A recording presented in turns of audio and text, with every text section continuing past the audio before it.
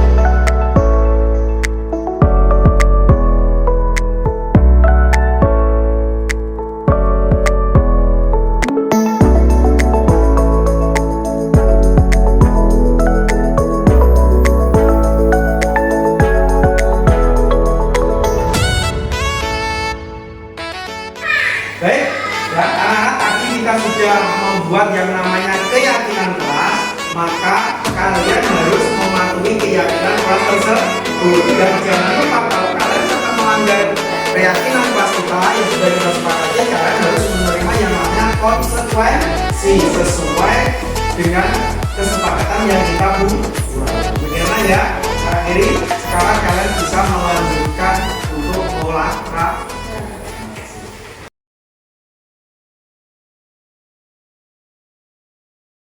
Assalamualaikum warahmatullahi wabarakatuh. Terima kasih yang terhormat kepada Ibu Kepala SDN 3 Wado yang telah berkenan memberikan waktu kepada saya untuk mengadakan sosialisasi tentang budaya positif. Jadi ini merupakan dilaksanakan sebagai wujud aksi nyata yang akan saya lakukan pada modul 1.4 tentang budaya positif. Baik, Bapak Ibu, hari ini kita akan memulai tentang apa itu budaya positif. Ya. Jadi budaya positif nanti kita akan belajar tentang macam-macam dari komponen dari budaya positif. Yang pertama dari budaya positif nanti ada materi tentang perubahan dari paradigma belajar, terus disiplin positif, selanjutnya motivasi perilaku manusia dan keyakinan kelas, serta kebutuhan dasar dan posisi kontrol restitusi serta segitiga restitusi. Jadi ini ada 7 materi yang mungkin akan saya sampaikan dalam kesempatan saat ini. Jadi mungkin tidak terlalu lengkap, hanya sekilas-sekilas karena mungkin waktunya tidak mencukupi. Kita mulai yang pertama tentang perubahan paradigma belajar. Bapak Ibu, sebelum kita memulai tentang perubahan paradigma belajar, kita akan coba mengetahui tentang teori kontrol. Ya. Tolong Bapak Ibu sekarang bisa dengan teman ya. Jadi Bapak Ibu coba sobeklah secari kertas, tuliskan benda sesuatu yang sangat berharga. Coba Bapak Ibu bisa membuat kertas sedikit saja, benda berharga. Yang A ini ya, yang gantian nanti mungkin Pak Tova dengan Pak Tio aja, terus nanti Bu Tutik sama Bu Siti ya. Sedikit aja, tulis aja benda apa yang mungkin menurut kalian berharga. Yang lainnya nggak usah Gak usah nyopet kertas, gantian aja. Misalnya sama Bu Tuti, coba pakai kertas, ditulis saja yang di sini yang nulis. Sekarang sudah dipegang, digenggam sama Pak Tio yang menulis. Nanti Pak Topa yang lawannya Pak Topa. Yang lainnya melihat saja. Melihat saja. Jadi, oke, sudah digenggam, ya erat. Nah, sekarang Pak Tio juga sudah digenggam erat. Coba sekarang Bu Tuti dan Pak Topa coba lihat apa yang ada di dalam itu, dibuka. Terus Bu Siti mempertahankan itu jangan sampai kebuka. Nah, silakan, ya coba dibuka. Nah, silakan dibuka dengan sekuat tenaga kira-kira bisa enggak? Ya. Oh, juga bisa. Ya. Oke, sudah cukup. Jadi apa yang terjadi? Teman dia akan mencoba dengan sekuat tenaga dengan berbagai cara untuk meminta, membuka, memberikan benda tersebut. Tapi dia tidak bisa membujuk, mengancam, menghadik, merayu, menyuap apa saja agar dapat membuka kepalang tangan. Jadi bisa minta, membujuk, mengancam, menghadik, tapi tidak diberikan. Karena apa? Kalau kita lanjutkan, itu adalah teori kontrol. Jadi teori kontrol itu yang mempunyai kontrol terhadap sesuatu itu adalah diri sendiri. Jadi kita ini ada ilusi guru mengontrol murid. Apakah benar murid itu dikontrol oleh guru? Kan tidak. Jadi murid itu punya kesadaran sendiri. Ilusi bahwa kritik dan membuat orang merasa bersalah dapat menguatkan karakter. Ilusi bahwa semua penguatan positif, efektif dan bermanfaat. Ilusi bahwa orang dewasa memiliki hak untuk memaksa. Jadi sebenarnya kontrol itu bukan ada di orang lain, tapi kontrol itu ada di dalam diri kita sendiri. Itu. Nah, ini berdasarkan dari Stephen R. Covey, Principle Centered Leadership tahun 91 di pada bukunya itu. Bila kita ingin membuat kemajuan perlahan, sedikit ubahlah sikap atau perilaku Anda. Jadi kalau kita ingin perubahan, bukan kita mendapatkan kontrol dari luar, eksternal, tapi harus dari kita sendiri. Namun bila kita ingin memperbaiki cara-cara utama, maka kita perlu mengubah kerangka acuan kita. Ubahlah bagaimana Anda melihat dunia, bagaimana Anda berpikir tentang manusia. Ubahlah paradigma Anda, skema pengetahuan, pemahaman dan penjelasan aspek tentang realitas. Nah, jadi pada disiplin, kita lanjut ke materi selanjutnya. Di disiplin artinya memang sejak dulu menurut bahasa Latin artinya adalah belajar. Makna kata ini berkonotasi dengan disiplin diri kepada murid-murid Socrates dan Plato. Nah, disiplin itu membuat orang menggali potensinya menuju sebuah tujuan apa yang dia hargai. Jadi disiplin itu seperti menghargai diri kita sendiri. Namun pada budaya kita, disiplin itu malah berubah menjadi apa? Kecenderungan umum untuk menghubungkan disiplin dengan ketidaknyamanan, bukan dengan apa yang kita hargai atau pencapaian. Sesuatu yang dilakukan pada orang lain untuk mendapatkan kepatuhan. Padahal disiplin itu untuk diri sendiri, bukan karena kepatuhan oleh orang lain. Nah, sekarang dari motivasi perilaku manusia, saya ingin mempertanyakan mungkin pendapat dari Bapak Ibu. Jika Bapak Ibu mempunyai pelatihan atau mengikuti pelatihan ataupun BIMTEK, kira-kira motivasi apa yang Bapak Ibu laksanakan? Atau yang menjadi dasar motivasi itu? Ada 3 jenis motivasi. Kita lihat. Anda hadir karena tidak ingin ditegur oleh panitia dan mendapat surat teguran. Ini yang pertama. Jadi Kita mengikuti BIMTEK gara-gara satu, kita tidak ingin mendapatkan hukuman.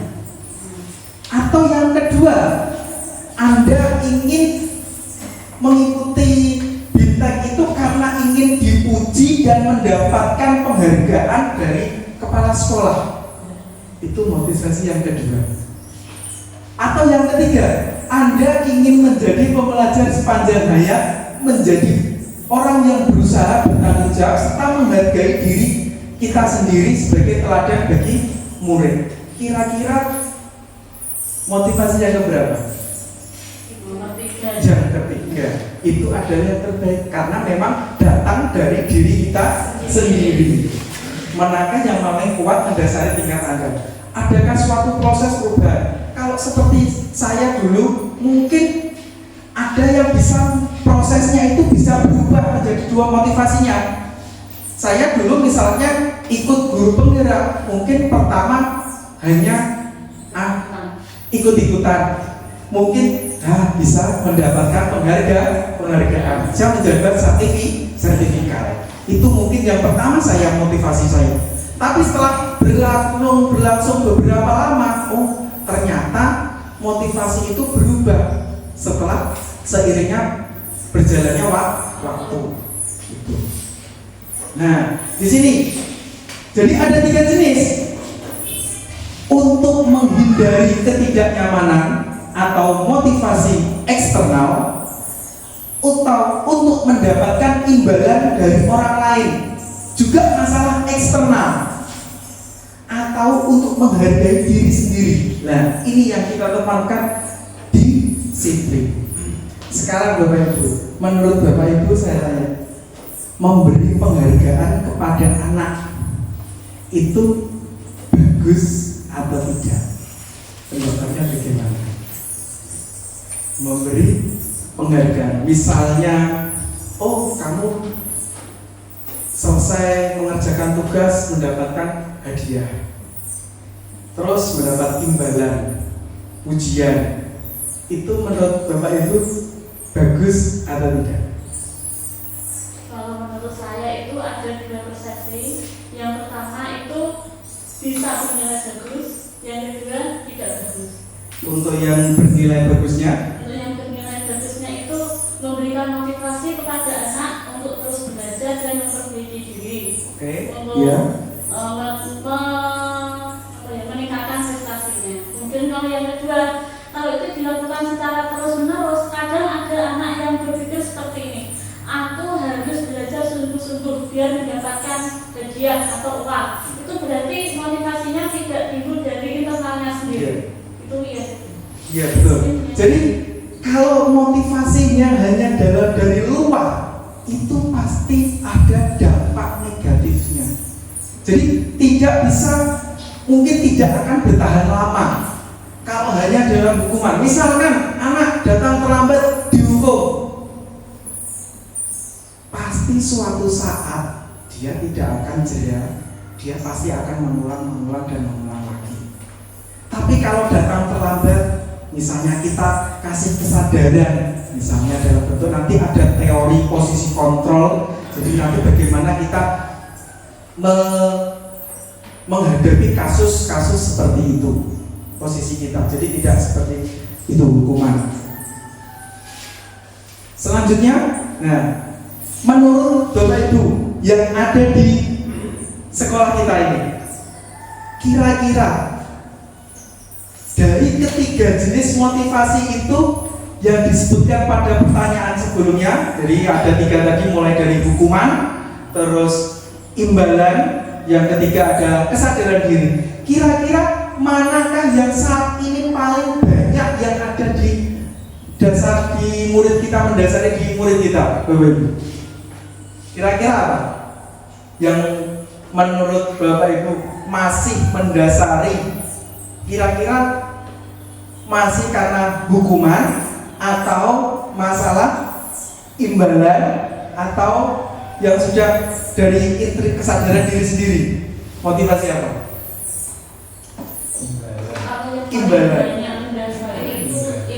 Imbalan.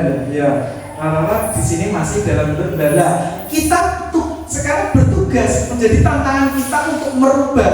Jangan sampai kita motivasinya hanya imbalan dan ujian terus. Jadi tantangan kita akan merubah motivasi anak itu agar menjadi bentuk motivasi dalam kesadaran diri sendiri. Nah, sekarang ada di dalam peraturan ada yang namanya keyakinan kelas. Jadi sekarang itu tidak lagi hanya menggunakan peraturan, jadi ada sekarang digalakkan namanya keyakinan kelas. Kenapa? Mengapa tidak peraturan saja? Karena kalau dalam bentuk peraturan, maka yang dalam menjaga pikiran anak itu hanya motivasi eksternal, dia tidak melanggar. Misalnya, mengapa kita memiliki peraturan harus menggunakan helm mengendarai? Pasti rata-rata satu, karena biar tidak ditilang. Itu kan dalam bentuk peraturan, bukan karena keselamatan. Nah, kita menanamkan itu dalam bentuk mengapa kita memiliki peraturan harus menggunakan helm bila mengendarai kendaraan roda. Terus selanjutnya, mengapa kita memiliki peraturan 3M, menggunakan masker, mencuci tangan, dan menjaga jarak 1,5? Karena juga sama nilainya, karena kita untuk keselamatan, bukan karena melarang, misalkan melanggar. Itu. Jadi untuk mendukung motivasi intrinsik atau kembali ke nilai keyakinan, lebih menggerakkan seseorang dibandingkan mengikuti serangkaian peraturan-peraturan. Jadi kita tanamkan keyakinan dulu. Keyakinan apa? Kesadaran diri kita apa? Tentang daripada dia mengikuti peraturan. Kalau peraturan itunya tetap dalam bentuk eksternal nanti. Kalau misalkan untuk kesepakatan kelas itu masuk dalam keyakinan kelas atau dalam peraturan kelas? Ya, kalau kesepakatan itu masuk dalam keyakinan kelas nanti. Nah, di sini ada contoh peraturan dan keyakinan kelas. Jadi kalau keyakinan kelas wujudnya nanti dalam bentuk kalimat positif. Jadi langsung sifatnya ini apa? Contoh, selalu pada peraturan, selalu kembalikan buku pada tempatnya. Itu kan jelas peraturan. Tapi kalau menanamkan sikap tanggung jawab, itu adalah bentuk keyakinan.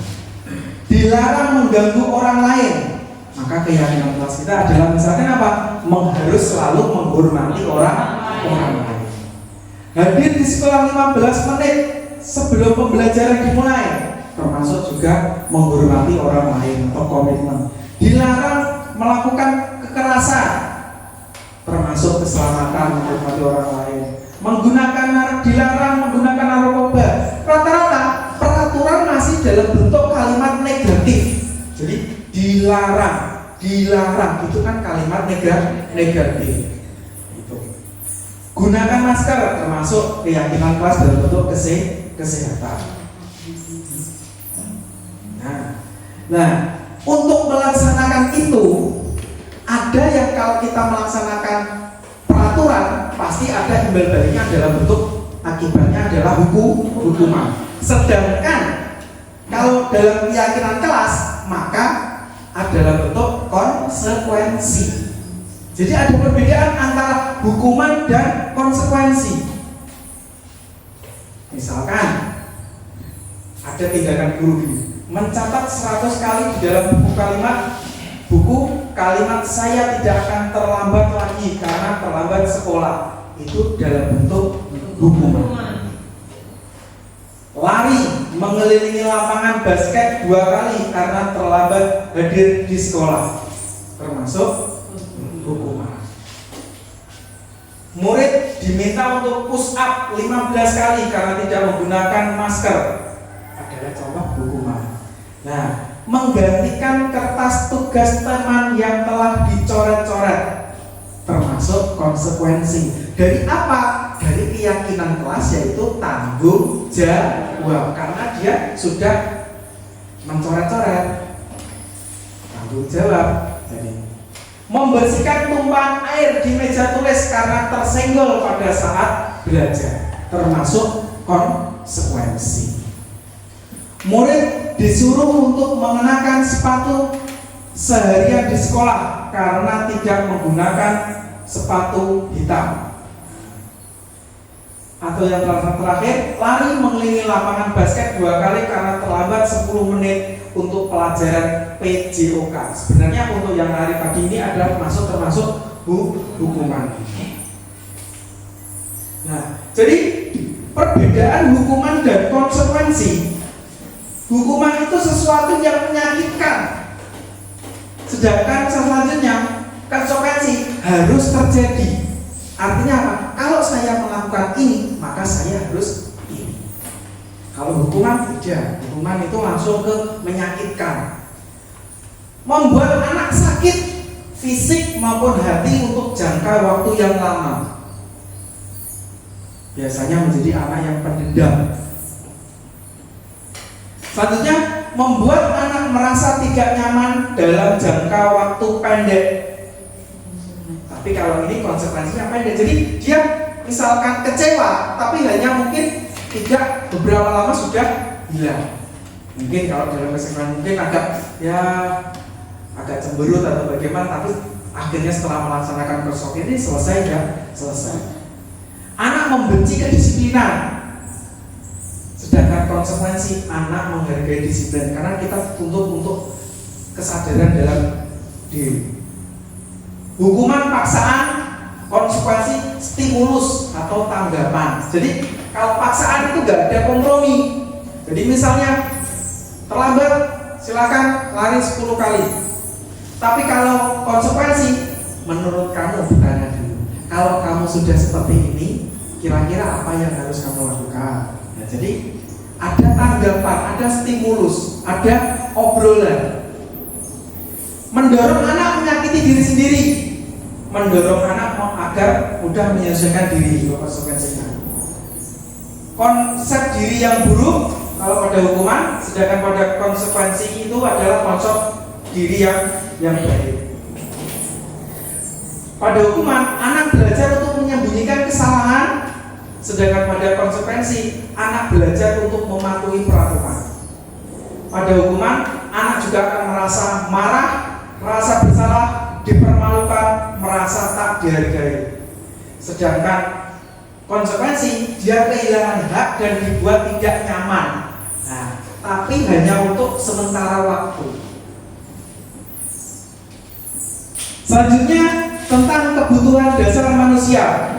Nah, Bapak Ibu coba perhatikan dari kebutuhan dasar manusia ini ada beberapa video. Silakan Bapak Ibu lihat untuk mengetahui tentang apa 5 kebutuhan dasar manusia itu.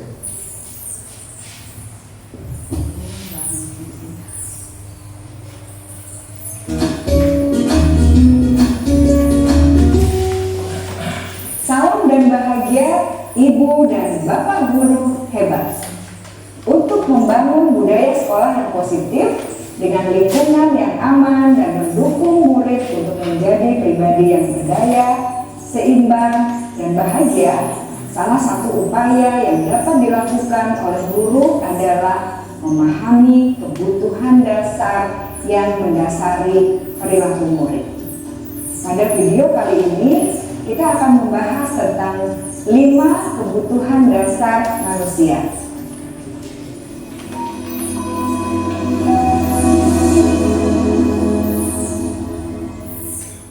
Ki Hajar Dewantara dalam salah satu kutipannya menyatakan, kita ambil contoh perbandingannya dengan hidup tumbuh-tumbuhan. Seorang petani dalam hakikatnya sama kewajibannya dengan seorang pendidik yang menanam padi misalnya. Hanya dapat menuntun tumbuhnya padi.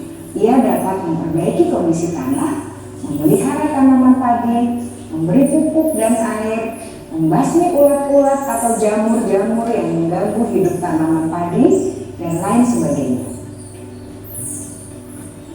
Ketika guru memahami kebutuhan apa yang mendasari perilaku murid, dan guru berusaha menuntun dan mendukung murid dalam memenuhi kebutuhannya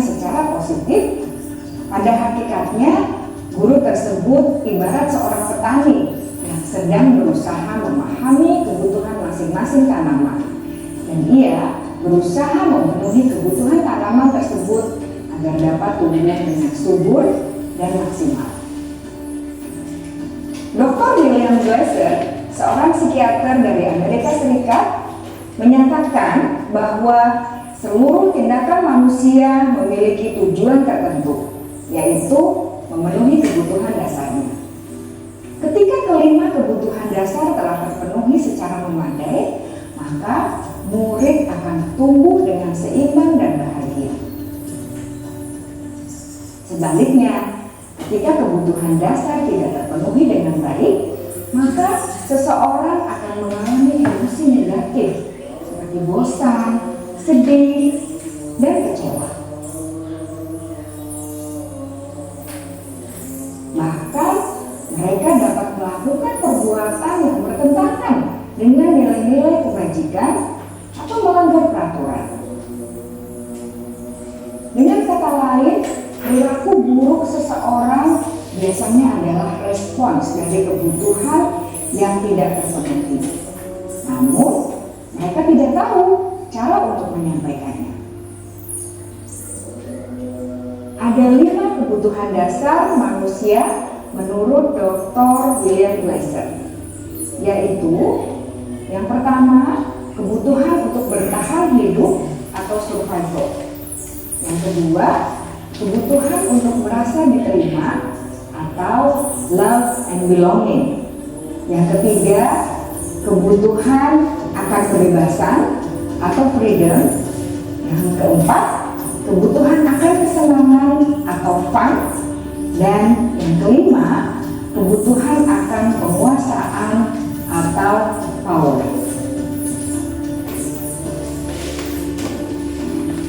Kebutuhan dasar yang pertama adalah kebutuhan yang bersifat fisiologis untuk bertahan hidup atau survival.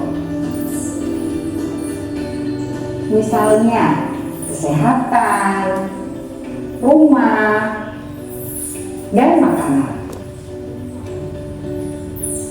Kebutuhan biologis sebagai bagian dari proses reproduksi, termasuk kebutuhan untuk tetap bertahan hidup. Kebutuhan untuk merasa aman juga termasuk dalam kebutuhan ini.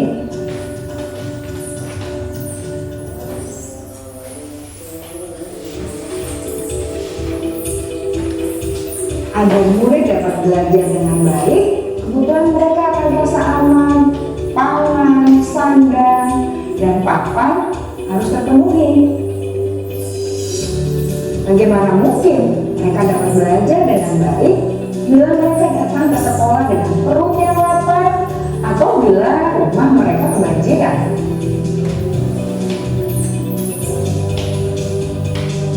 Setelah kita mengetahui kebutuhan pertama yang sebagian besar bersifat fisiologis, mari kita lihat kebutuhan kedua sampai kelima yang semuanya berhubungan dengan psikologis. Mari kita lihat kebutuhan yang kedua, yaitu kebutuhan akan perasaan diterima oleh kelompok atau komunitasnya, atau kebutuhan love and belonging. Kebutuhan ini meliputi keinginan untuk tetap terhubung dengan orang lain seperti teman, keluarga, teman kerja, dan kelompok di mana kita tergabung. Setiap murid ingin menjadi bagian yang berharga dari kelas dan juga sekolah. Mereka juga ingin diterima oleh orang lain dan kelompoknya. Bahkan, murid yang terlihat paling cuek pun jauh di dasar hatinya pasti ingin merasa diterima. Sebagai guru, seharusnya kita dapat menerima murid kita apa adanya, sesuai dengan kodratnya. Karena setiap murid adalah unik. Mereka memiliki kekuatannya masing-masing, sehingga guru seharusnya bisa menciptakan kesempatan untuk murid berkolaborasi dan memiliki ikatan emosi satu sama lain. Murid-murid yang memiliki kebutuhan yang besar untuk merasa diterima, biasanya mereka belajar karena suka pada gurunya, dan mereka juga suka bekerja dalam kelompok. Kebutuhan yang ketiga adalah kebutuhan akan kebebasan atau kebutuhan membuat pilihan. Murid harus diberi kesempatan untuk membuat pilihan dan bertanggung jawab atas pilihan yang mereka telah ambil. Memberi mereka kebebasan bukan berarti membiarkan mereka melakukan apa saja yang mereka mau, melainkan lebih memberi mereka kesempatan untuk membuat pilihan, menyuarakan pendapat mereka dengan percaya diri, dan memberi mereka kesempatan untuk mencoba hal-hal yang baru. Pembelajaran dengan metode yang beragam dan menarik juga akan memenuhi kebutuhan murid tentang kebebasan ini.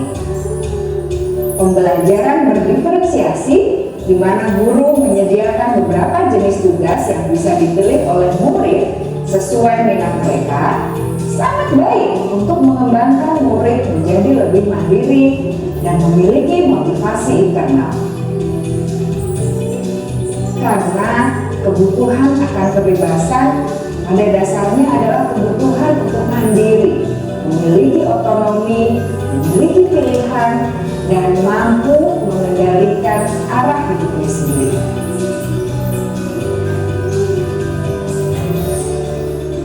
Kebutuhan yang keempat adalah kebutuhan akan kesenangan. Bayangkan Bapak Ibu, hidup tanpa rasa senang, betapa menyedihkannya. Glasser menghubungkan kebutuhan akan kesenangan dengan belajar. Jangan sepelekan kebutuhan murid untuk merasa senang di kelas.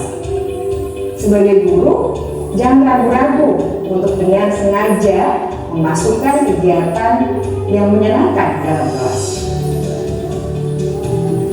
Murid-murid dengan kebutuhan dasar kesenangan yang tinggi ingin menikmati apa yang mereka lakukan. Mereka juga konsentrasi tinggi saat mengerjakan hal-hal yang disenangi.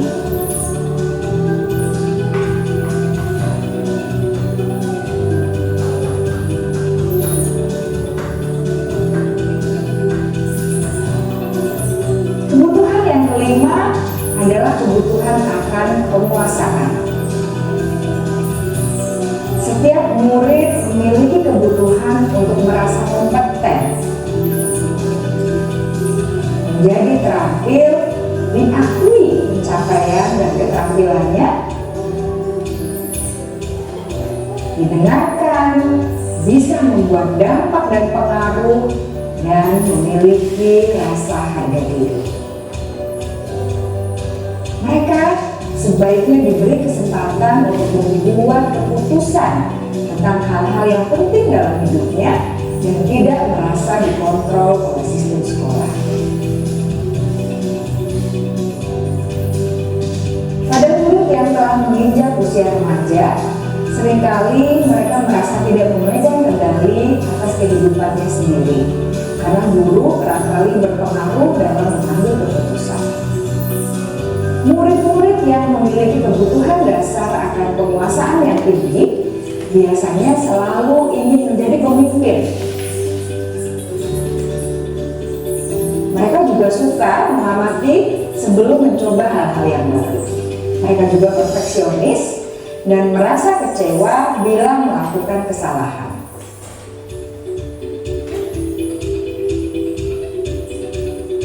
Ibu dan Bapak guru sangatlah penting bagi kita untuk mengetahui kebutuhan dasar murid-murid, agar kita memahami alasan di balik sikap dan tingkah laku mereka. Bila murid berperilaku buruk atau melanggar peraturan, sehingga tindakannya tidak sesuai dengan nilai-nilai kebajikan, maka guru harus mencari tahu alasan yang mendasari tindakan tersebut dan kebutuhan apa yang belum terpenuhi.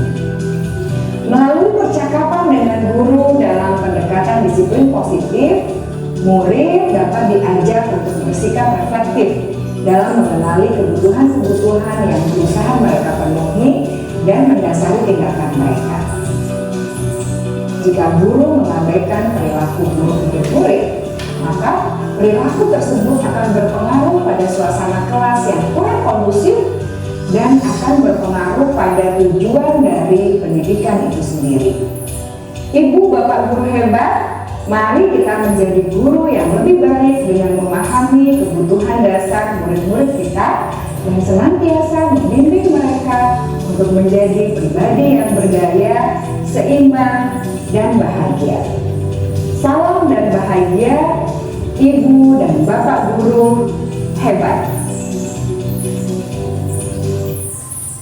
Baik, setelah tadi kita saksikan videonya bahwa kebutuhan dasar manusia yang juga dipunyai oleh kebutuhan dasar dari murid itu ada 5, yaitu tentang kasih sayang dan rasa diterima, penguasaan, kebebasan, kesenangan, dan terakhir adalah bertahan hidup. Nah, biasanya anak kalau tidak terpenuhi kebutuhan dasarnya itu, dia akan melakukan sesuatu yang mungkin akan termasuk melanggar ke peraturan. Jadi di sini ada contoh kasusnya, misalnya di sini nih. Mana ini kita coba sambil mengira-ngira atau menebak, Ibu Guru. Ini ada satu kasus seperti ini. Ibu guru bilang, aku tidak boleh bersenandung sewaktu mengerjakan tugas. Katanya, kelas harus tenang, tidak ada suara. Padahal kan aku suka dan senang menyanyi. Kira-kira kebutuhan apa yang tidak terpenuhi dari si anak ini? Kenyamanan kelas. Tadi kan ada 5 ya. Kebebasan, bertahan hidup, penguasaan. Jadi ada penguasaan, kebebasan, kesenangan, kasih sayang. Jadi ada ini 1, 2, 3, 4, 5, ada 5. Berarti kira-kira kalau yang tadi, padahal ibu guru bilang aku tidak boleh bersenandung sewaktu mengerjakan tugas. Katanya kelas harus tenang dan tidak ada suara. Padahal kan aku suka dan senang menyanyi. Kira-kira kebutuhan apa yang Kesenangan. kita lihat? Ya betul, kesenangan. Padahal anaknya suka nyanyi, tapi dia sekarang waktunya pelajaran nggak boleh menyanyi. Misalkan seperti itu. Berarti ada kebutuhan yang dia tidak tercapai, tidak terpenuhi. Sekarang yang ketiga, yang kedua maksudnya, ibu guru tidak menyangkaku hari ini, padahal aku pakai jepit rambut baru. Ya, jadi ada biasanya kelas-kelas yang kecil biasanya pakai potong rambut, jadi kok aku gak ditanya ya sama ibu guru. Itu juga termasuk kebutuhan. Kira-kira kebutuhan apa ini? Kasih sayang. Dari ini tadi, kira-kira apa? Kasih sayang dan rasa diterima. Betul, kasih sayang dan rasa terima. Sedangkan ini, selanjutnya yang ketiga, aku bosen, masa belajarnya cuma gitu-gitu saja, dengerin ibu guru saja. Kira-kira apa? Ada pasti seperti anak-anak seperti itu. Wah, belajarnya gitu-gitu saja, tugas saja, cerita saja, dengerin ibu guru saja. Kira-kira kebutuhan apa? Kebebasan. Apa? Kebebasan. Ya, kebebasan. Sekarang terakhir, aku sebel, gambarku tidak rapi, malah ibu guru menunjukkan ke teman-teman di depan kelas. Dia ingin menguasai sesuatu, tapi dia belum bisa, tapi sudah ditunjukkan. Kira-kira kebutuhan apa? Penguasaan. Karena dia sebenarnya ingin gambarnya yang bagus, yang bisa ditunjukkan. Nah, selanjutnya materi yang selanjutnya adalah tentang posisi kontrol. Nah, posisi kontrol itu, jadi Ini bagaimana kita akan menyelesaikan kasus. Jadi kalau kebutuhan tadi tidak terpenuhi, anak kan akan cenderung melanggar peraturan sesuai dengan nilai kebajikan. Terus sikap kita bagaimana untuk menghadapi anak yang melakukan pelanggaran tersebut? Nah, ini ada pertanyaan seperti ini, misalkan Tisa dan Hana dipanggil masuk ke ruang Ibu Dewi, kepala sekolah SMA Makmur.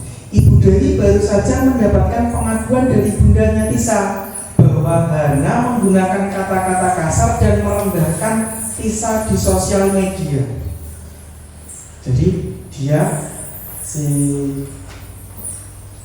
Tisa dan Hana dipanggil karena dia merendahkan Tisanya, seperti itu. Ini ada suatu kasus. Bagaimana kita menanggapi kasus untuk menyelesaikan masalah ini? Ada 5 posisi kontrol. Menurut Bapak Ibu nanti dari 5 posisi kontrol ini yang paling bagus untuk kita laksanakan itu yang mana? Dan mungkin yang sudah terjadi kita nanti bisa melihat, oh saya ternyata posisi kontrol yang sering saya lakukan itu adalah sebagai ini. Nah, seperti itu. Kita lihat ada videonya. 5 posisi kontrol.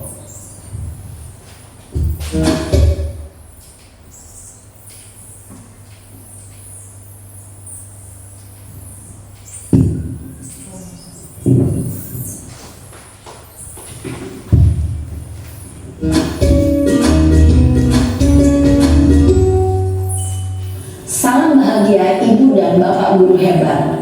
Dalam penerapan disiplin positif restitusi, salah satu program yang dikembangkan adalah 5 posisi kontrol.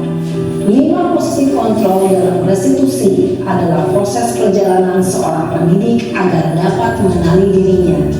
Pada video kali ini, kita akan membahas tentang 5 posisi kontrol yang dikembangkan oleh Diane Dawson dan contoh penerapannya.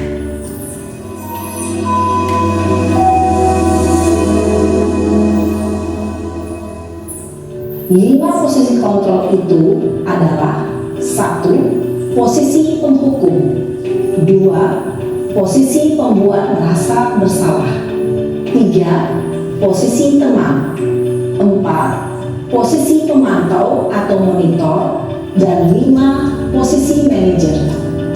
Untuk lebih memahami kelima posisi tersebut, mari kita saksikan kasus Naren yang terlambat hadir 20 menit di sekolah dan melihat bagaimana kelima posisi kontrol dalam menghadapi masalah tersebut.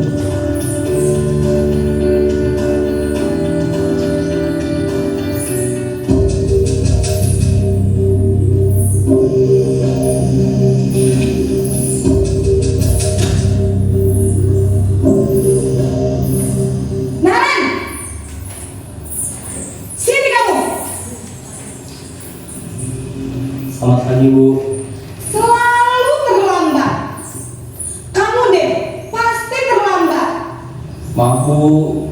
Saya Apa? Apa coba?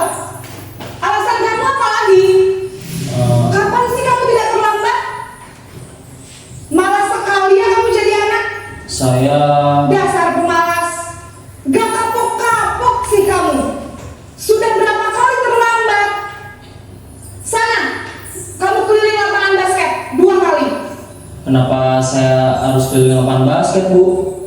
Kenapa? Kamu melawan ibu. Berani-beraninya jawab. Sudah terlambat, masih berani jawab pula. Sekarang, keliling lapangan basket 5 kali sekalian. Biar kapok. Cepat. Pergi sana ke lapangan basket. Posisi penghukum biasanya berbicara dengan nada tinggi, menghardik, menunjuk-nunjuk, menyakiti, dan menyindir. Hukuman bisa berupa fisik maupun psikis. Ibu dan Bapak guru hebat, dampak yang terjadi pada murid ketika guru berada pada posisi penghukum adalah murid cenderung akan memberontak, bahkan menyimpan dendam.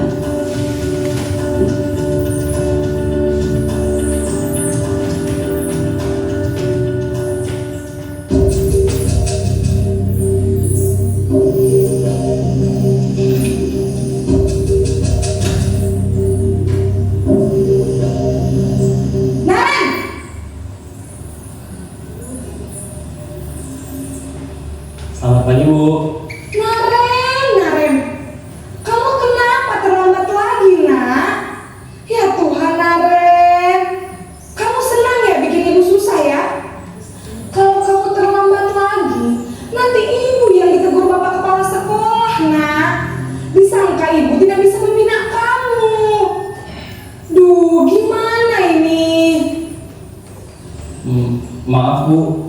Duh Gusti Naren. Kamu suka ya kalau ibu ditegur bapak kepala sekolah?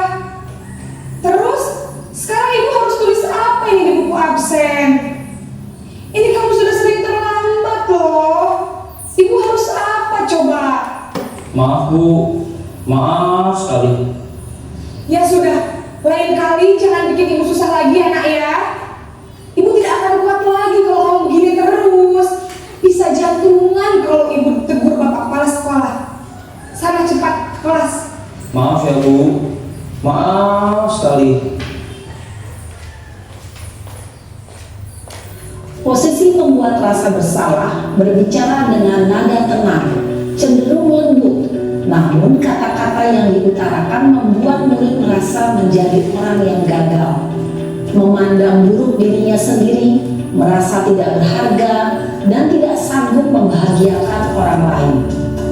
Ketika guru mengambil posisi pembuat rasa bersalah, murid akan menganggap dirinya yang bersalah dan ia akan menyimpan emosi negatif tersebut di dalam dirinya.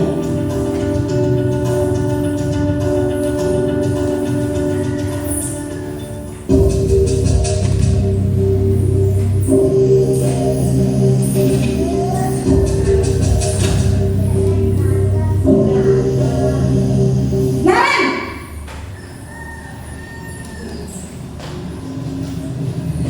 Selamat pagi Bu. wah sudah jam berapa ini nak? Terlambat lagi ya sayang. Iya Bu. Habis ibu saya lupa bangunkan saya Bu. Kamu malah menyalahkan ibu kamu. Kamu bukannya anak yang larinya paling kencang. Kok terlambat sih? Iya Bu. Saya memang terlambat banget Bu tadi. Jadi biarpun saya lari kencang, tetap gak kejar Bu. Ya sudah sana. Nanti lain kali larinya lebih kencang lagi ya.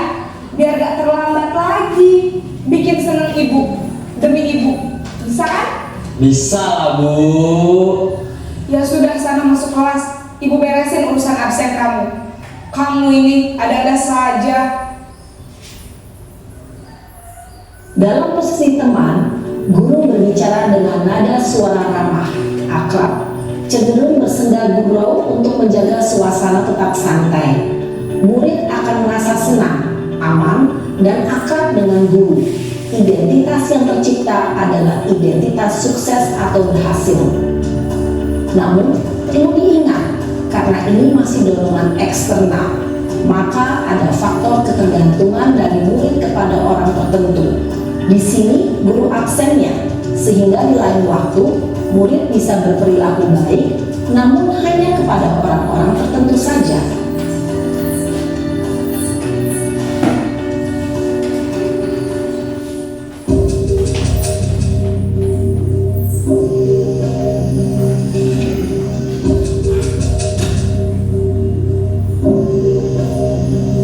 Naren!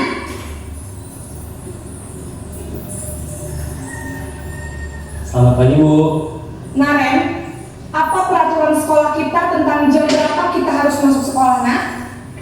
Kita harus di sekolah jam 7 Bu. Iya betul, sekarang sudah jam 7.20. Naren sudah tahu konsekuensinya jika terlambat hadir. Paham Bu. Saya harus tinggal kelas pas jam istirahat selama 20 menit. Iya benar, konsekuensinya demikian. Jadi nanti jam 9.30 pas istirahat, kamu harus tinggal di kelas, kerjakan tugas tambahan untuk ketertinggalan kamu, ya? Baik Bu. Posisi pemantau mengandalkan penghitungan atau data untuk mengontrol murid. Guru mengarahkan murid berdasarkan peraturan dan konsekuensi. Seorang pemantau menunjukkan bahasa tubuh dan ekspresi wajah yang datar dan cenderung formal.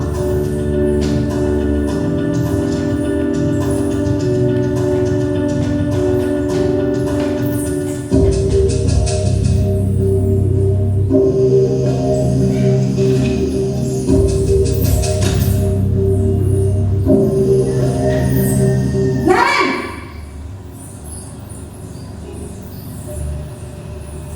Selamat pagi Bu. Selamat pagi Naren.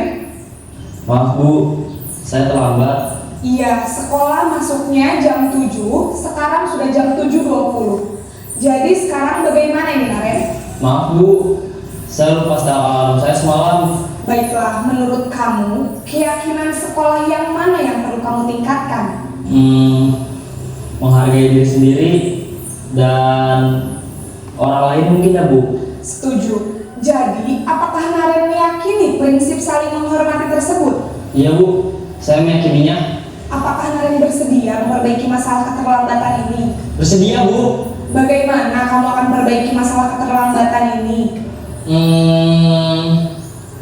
Saya akan coba untuk tidak lupa menyetel alarm saya Bu. Baik, kalau Naren lupa menyetel alarm di rumah, ada orang yang kira-kira bisa bantu mengingatkan tidak? Ada Bu, kakak saya, Kak Emma. Ada lagi selain Kak Emma? Selain Kak Emma, ada ibu saya. Baik, jadi yang mengingatkan Naren adalah Kak Emma dan ibu kamu ya? Kira-kira akan mulai setel alarm kapan nih Naren? Setelah pulang sekolah, akan segera saya lakukan. Baik, jadi Naren akan setel alarm untuk bangun besok pagi dan akan diingatkan oleh kakak dan ibunda Naren ya. Ada lagi yang mungkin perlu dilakukan Naren agar tidak terlambat bangun lagi? Tidak ada Bu. Baik Naren, terima kasih untuk kerjasama kamu. Sekarang kamu perlu kembali ke kelas untuk belajar. Baik Bu, terima kasih. Posisi manajer adalah posisi kontrol yang disarankan untuk membimbing murid memiliki sikap disiplin yang positif, yaitu murid yang mandiri, bertanggung jawab, dan dapat memecahkan masalah. Tujuan dari posisi ini adalah agar murid dapat berefleksi atas tindakannya. Guru akan dengan tulus memberikan pertanyaan-pertanyaan bermakna, sehingga membuat murid dapat belajar dari kesalahannya dan mencari sebuah solusi untuk menyelesaikannya. Ibu dan Bapak guru hebat, setelah mengamati adegan kelima posisi kontrol tadi, kira-kira posisi mana yang paling ideal? Posisi mana yang dapat menunjang motivasi intrinsik murid? Ya, tentu posisi manajer. Posisi ini memang posisi ideal yang ingin dituju setiap pendidik. Pada posisi inilah, guru dapat menerapkan disiplin positif yang berpihak pada murid, yang memerdekakan murid. Perjalanan seorang pendidik tentunya tidak mudah untuk sampai pada posisi seorang manajer. Namun, tujuan kita pasti, yaitu menciptakan murid-murid yang mandiri, merdeka, dan bertanggung jawab. Semoga penggambaran 5 posisi kontrol yang telah diperlihatkan ini dapat menjadi ajar refleksi bagi kita semua, agar dapat terus mengasah dan menerapkan disiplin positif yang memerdekakan murid. Mari terus berlatih dan bersemangat. Selamat menerapkan. Salam dan bahagia Ibu dan Bapak guru hebat. Baik, jadi tadi sudah ada 5 posisi kontrol. Ada sebagai penghukum, ada sebagai pembuat orang merasa bersalah, teman, pemantau, dan manajer. Kira-kira yang sudah selama ini Bapak Ibu lakukan di sini di SD kita itu posisi apa saja? Pembuat orang merasa bersalah. Betul. Ada kata-kata biasanya, ibu kecewa, kamu sudah tahu ibu lelah sekali, seperti kamu nggak memikirkan perasaan ibu, nah, seperti itu. Itu sebenarnya baik, tapi itu masih dalam bentuk kontrol dari luar. Jadi dalam bentuk kontrol dari luar. Jadi masih dalam bentuk motivasi eksternal, belum berubah. Dan suatu saat pasti dia akan tetap mengulangi karena belum mendorong dari motivasi intrinsik dari dalam diri. Terus juga ini contoh guru berkata, kalau sebagai teman juga misalkan, ayolah lakukan demi ibu, Masa kamu tidak mau ingat? Tidak, ibu pernah bantu. Nah, ingat tidak, ibu pernah membantu. Nah, ini akhirnya kalau dalam posisi teman, dia akan merasa ketergantungan. Murid meletakkan guru sebagai orang yang sangat penting di dunia berkarya. Akhirnya bagaimana? Kalau posisi teman, ketemu misalkan dengan saya bagus, tapi mungkin nanti dengan guru yang lain dia akan bertindak yang lain lagi, karena masih motivasinya masih dari eksternal, dari luar. Itu kalau posisi teman. Sedangkan posisi pemantau, ini dia menghitung, mengukur apa peraturannya, menyesuaikan diri bila diawasi. Jadi ini seperti lebih ke dia ingin mendapatkan ujian, mendapatkan imbalan, seperti itu. Jadi memantau. Jadi kita lihat peraturannya apa, konsekuensinya apa, seperti itu. Tidak diajak untuk memberikan pertanyaan bermakna yang mungkin akan meningkatkan motivasi intrinsik dari dalamnya. Nah, posisi yang baik adalah sebagai manajer. Di sini kita mengajukan pertanyaan-pertanyaan dulu. Ditanya dengan menggunakan pertanyaan bermakna seperti tadi. Kamu terlambat bagaimana? Alasannya apa? Seperti itu. Terus karena tidak tahu secara arah, kita identitasnya kita buat dari identitas gagal, yang artinya gagal itu dia terlambat melanggar peraturan itu, menjadi identitas yang berhasil. Oh benar, karena alarmnya terus diganti, terus tadi disuruh mengingatkan siapa, ditanya oleh ibunya. Itu pertanyaan yang bagus. Apa yang kita yakini, apa yang bisa kita kerjakan untuk memperbaiki masalah, serta bagaimana kita menguatkan pribadinya. Terus bagaimana cara supaya kita bisa memperbaiki keadaan itu, kita gali dari dalam diri anak tersebut. Ya. Sekarang menurut Bapak Ibu, tadi kan ada 5 posisi kontrol. Ini kata-kata yang mungkin akan dilaksanakan oleh guru, diucapkan oleh guru. Kira-kira saya kecewa sekali dengan kamu. Kira-kira kalau kata-kata itu posisi mana yang dikatakan oleh ibu ini? Penghukum, pembuat merasa bersalah, teman, pemantau, atau manajer. Saya tuh kecewa sekali dengan kamu. Pembuat merasa bersalah. Jadi dia akan merasa bersalah. Kalau dia membuat merasa bersalah itu identitasnya jadi identitas gagal. Wah, ini salah, seperti itu. Ternyata saya itu mengecewakan orang lain. Jadi seperti itu. Saya tidak bisa membahagiakan orang lain. Itu nanti identitasnya akan menjadi gagal. Terus lagi pernyataan sih, kamu tidak pernah benar melakukannya. Penghukum, kamu tuh salah, kamu tidak pernah benar melakukannya, kok keliru terus saya, kok telat ya terus, seperti itu. Kok rame aja terus, gak tahu bener ya kamu, nah seperti itu termasuk kata-kata penghukum. Nah kali ini, ayolah melakukan demi Bapak Ibu guru loh, kamu pasti bisa. Ayo demi Bapak, demi Pak Guru. Apa? Ya, teman. Terus selanjutnya, apakah kamu mau mendapatkan stiker bintang hari ini? Nah, misalkan dari ini, oh ada orang yang bagus, dia mendapatkan, kita posisi kontrol. Jadi posisi kontrol tidak hanya untuk yang melakukan kesalahan, juga bisa dalam bentuk melakukan pujian. Nah, misalkan posisi kontrol, bagaimana kamu bisa menyelesaikan masalah? Apakah kamu mau mendapatkan stiker bintang hari ini? Nah, misalkan dia membuat salah, misalkan dia datang mungkin terlambat atau mungkin apa, kamu mau mendapatkan stiker bintang atau tidak? Kalau tidak ya seperti ini, itu kata-kata berapa?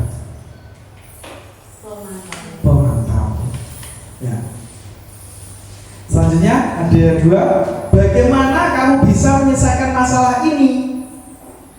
Dia ditanya.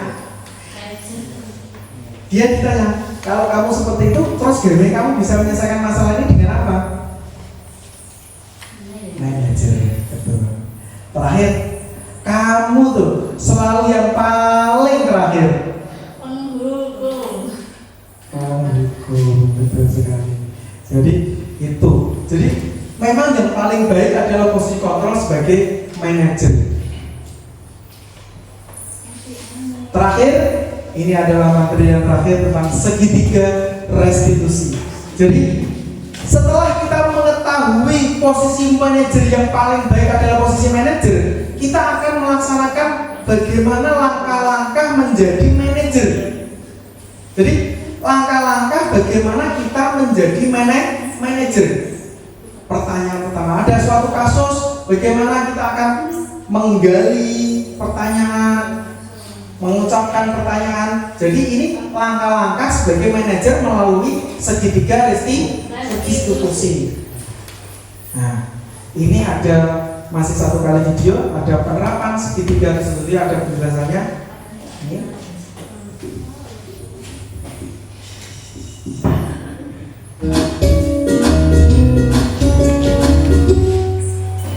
Salam dan bahagia Ibu dan Bapak guru hebat. Pada video kali ini kita akan membahas tentang salah satu program disiplin positif yang diterapkan di lingkungan sekolah yang dikenal dengan nama restitusi.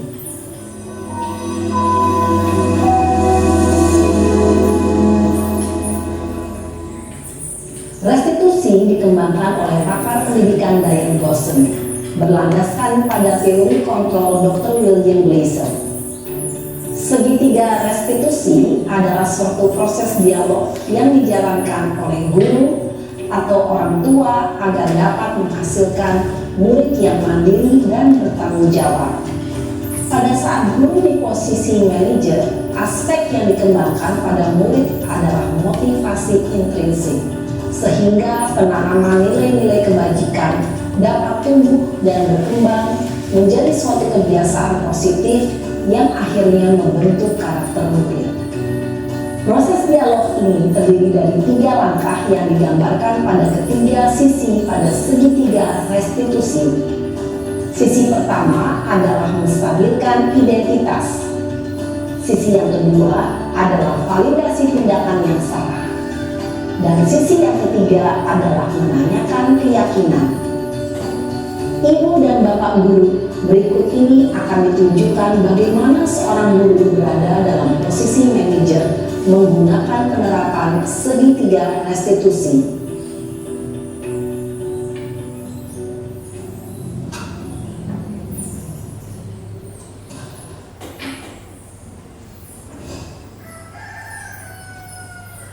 Siang Sarah. Siang Pak. Sudah lama nggak ketemu Sarah? Kenapa hari ini ada di sini? Kesel Pak, kesel banget. Masa aku dikatain tukang fitnah Pak? Ya aku marah lah. Aku udah dikatain Eka di depan kelas. Kesel banget. Oh begitu. Ya pasti kamu marah dan kesal. Bapak juga akan marah apabila ada yang menuduh Bapak seperti itu. Kemudian pada saat itu kamu mau melakukan apa? Ya saya langsung ngatain Eka lah Pak. Kesel banget. Saya bentak-bentak dia di depan teman-teman lain. Oh begitu. Pasti kamu melakukan seperti itu karena suatu alasan tertentu kan? Iyalah, masa saya diam saja Pak? Ya saya bela diri lah. Masa saya dituduh tukang fitnah? Ya wajar lah. Mempertahankan harga diri itu sesuatu yang penting buat kamu. Untung kamu tidak bertindak lebih gegabah lagi, hanya membentak-bentak. Iya Pak. Untung saya masih bersabar dan hanya membentak saja. Sudah gemes padahal. Saya pasti bela diri lah. Ya pasti ya. Tapi kamu memilih untuk tetap bertahan dan bersabar. Kamu memilih untuk tidak berbuat lebih parah lagi kan? Iya. Nah, sekarang coba kita lihat lagi tindakan kamu yang bentak-bentak Eka di kelas. Tindakan kamu itu kira-kira sesuai dengan keyakinan kelas atau prinsip kamu tidak? Enggak lah Pak. Capek Pak jadi pemarah. Jadi keyakinan atau prinsip mana yang kurang sesuai dengan keinginan kamu? Ya, saya sebenarnya sangat menghargai orang lain. Mungkin saat itu saya menjadi emosi, jadi tidak menunjukkan sikap itu. Kamu meyakini tidak? Menghargai orang lain itu penting buat kamu. Yakinlah Pak. Iya, setuju. Kita harus saling menghargai. Namun, ada juga keyakinan yang kita sepakati yang perlu kita jalankan apabila kita sedang marah, bukan? Ya, saya bisa lebih proaktif, mulai dengan diri sendiri. Saya bisa jadi lebih bersabar, mengambil waktu jeda untuk berpikir mau apa selanjutnya. Kira-kira kamu bersedia memperbaiki masalah ini tidak? Bersedia Pak. Kalau kamu memperbaiki masalah ini, kamu akan menjadi orang seperti apa? Saya akan menjadi orang yang bertanggung jawab kali ya Pak. Dan senantiasa proaktif. Iya, menurut kamu bagaimana rasanya menjadi orang seperti itu? Ya nyaman lah, bangga bisa bersabar dan menahan diri. Baiklah kalau begitu. Yuk kita pikirkan bagaimana memperbaiki masalah ini.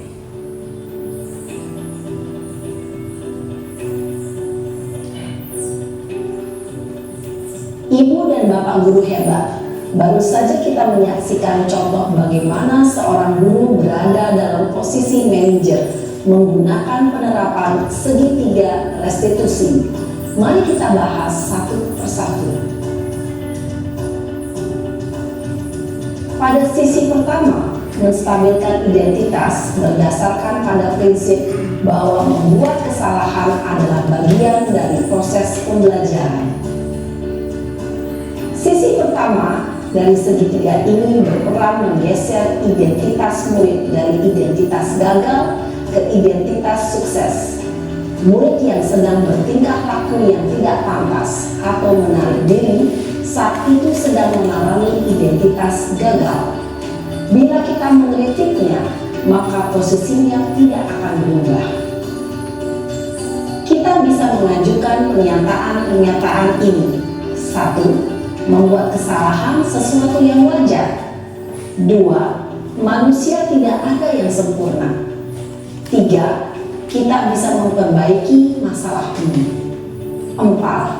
Saya tidak menanyakan kesalahannya. Saya lebih fokus bagaimana memperbaiki masalah ini. 5. Apakah saat ini kamu tengah menjadi orang yang baik untuk dirimu sendiri? Pada sisi kedua, validasi tindakan yang salah berlandaskan pada prinsip bahwa setiap perilaku berupaya memenuhi suatu kebutuhan tertentu. Guru yang telah memahami teori kontrol akan bergeser dari pemikiran stimulus respon menjadi proaktif dan mencoba untuk mengenali tujuan dari perilaku murid. Mengenali dan mengakui kebutuhan murid ini dapat memperbaiki hubungan dengan murid tersebut. Pernyataan atau pertanyaan bisa disampaikan dengan nada suara tidak menghakimi atau memojokkan, sehingga dapat mengembalikan murid pada posisi positif. 1. Kamu bisa saja bertindak lebih gegabah lagi dari ini. 2. Kamu bukan melakukannya tanpa suatu alasan tertentu. 3. Kamu melakukannya karena mempertahankan sesuatu yang penting bagimu. 4. Mungkin kamu bisa mempelajari suatu perilaku baru yang lebih efektif. Bersediakah kamu mempelajarinya? Selanjutnya, kita akan simak sisi terakhir, yaitu menanyakan keyakinan.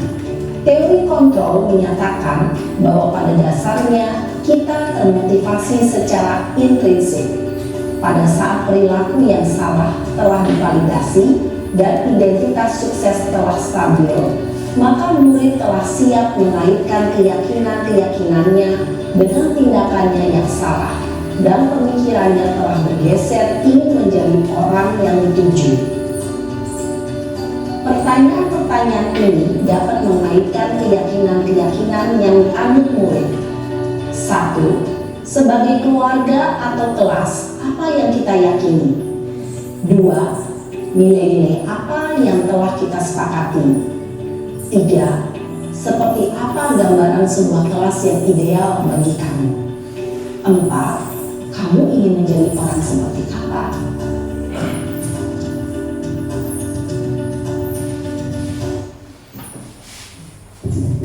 Baik, itu tadi tentang video segitiga restitusi. Bahwa segitiga restitusi adalah proses menciptakan kondisi bagi peserta didik untuk memperbaiki kesalahan mereka sehingga mereka bisa kembali pada kelompok mereka dengan karakter yang lebih kuat. Jadi setelah kita menjadi sebuah posisi manajer, ya kita berusaha menggali dengan pertanyaan-pertanyaan bermakna menggunakan segitiga restitusi yang ada langkah tiga, ada 3 langkah. Yang pertama, menstabilkan identitas, terus validasi tindakan yang salah, dan yang ketiga, menanyakan keyakinan. Pada tahap menstabilkan identitas itu kita berusaha mengubah identitas anak dari orang yang gagal karena melakukan kesalahan menjadi orang yang sukses. Jadi pertama tadi anak melakukan kesalahan, kita ubah dulu dari perasaan dia bersalah, perasaan dia melakukan pelanggaran, itu kita stabilkan dulu identitasnya untuk kita ubah menjadi bentuk orang yang sukses. Setelah kita stabilkan identitas, selanjutnya kita validasi tindakan yang salah, bahwa kamu melakukan itu, oh pasti ada alasannya. Terus kita anggap benar bahwa manusia itu memang tidak lepas dari kesalahan. Jadi di tindakannya yang salah itu kita validasi, meskipun benar memang salah. Jadi kita anggap, kita positifkan seperti itu. Dengan pasti memiliki maksud dan tujuan tertentu. Kamu melakukan apa? Misalkan tadi ada bertengkar tadi, kamu membentak-bentak Eka di kelas, itu pasti juga ada alasan. Oh karena saya difitnah seperti itu. Oh karena kamu bentak-bentak, oh memang kamu salah. Tapi memang semua tindakan manusia itu pasti ada yang salah. Jadi kita validasi tindakannya dulu, yang tadi kesalahan tadi. Terus setelah itu baru kita menanyakan keyakinannya. Keyakinannya apa yang kamu langgar tadi? Nah, dihubungkan dengan nilai-nilai yang dia percaya dan berpindah menjadi orang yang dia inginkan. Kamu ingin menjadi apa? Kalau kamu ingin menjadi apa? Kenapa kamu membentak-bentak seperti tadi?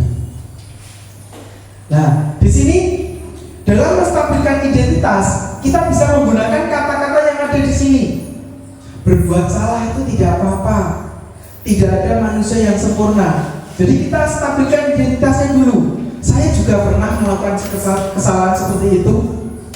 Kita bisa misalkan ini, Bapak Ibu tidak tertarik mencari siapa yang salah, tapi Bapak Ibu ingin mencari solusinya. Kamu berhak merasa begitu. Kamu berhak menjadi marah. Gak apa-apa. Jadi kita stabilkan identitasnya. Kamu gak apa-apa marah. Seperti itu. Selanjutnya, apakah kamu sedang menjadi teman yang baik buat dirimu sendiri? Ini kata-kata. Terus pada validasi tindakan yang salah, kata-katanya, padahal kamu bisa melakukan yang lebih buruk dari ini. Misalnya nggak cuma membentak, kamu bisa memukul. Misalnya, kamu pasti punya alasan. Kamu patut bangga pada dirimu sendiri karena kamu telah melindungi sesuatu yang penting buatmu. Misalkan dia habis marah, kan dia melindungi harga dirinya. Kamu boleh mempertahankan sikap itu, tapi kamu harus menambahkan sikap yang baru. Nah, ini mulai diarahkan menuju ke keyakinan, yaitu menanyakan keyakinan. Apa yang kita percaya sebagai kelas atau keluarga? Apa nilai-nilai umum yang kita telah sepakati? Bayangkan kelas kita yang ideal, kita tanya, kamu itu ingin menjadi apa? Kita percaya menjadi apa? Kelas kita yang mau kita susun kalau ada pertengkaran itu, kita keyakinan apa? Itu kita tanyakan. Nah, sudah selesai. Jadi, terima kasih. Jadi, itu berupa sedikit tentang budaya positif yang saya sosialisasikan. Semoga nanti kita bisa bersama-sama berkolaborasi untuk melaksanakan budaya positif yang ada di SDN 3 Waduh, sehingga ke depan disiplin positif menjadi lingkungan sekolah yang nyaman akan terbentuk dengan sendirinya melalui kolaborasi dengan seluruh warga kelas, mulai dari guru, wali murid, dan juga anak-anak khususnya di SDN 3 Terima kasih. Jadi dari saya cukup, saya akhiri. Wassalamualaikum warahmatullahi wabarakatuh. Waalaikumsalam warahmatullahi wabarakatuh.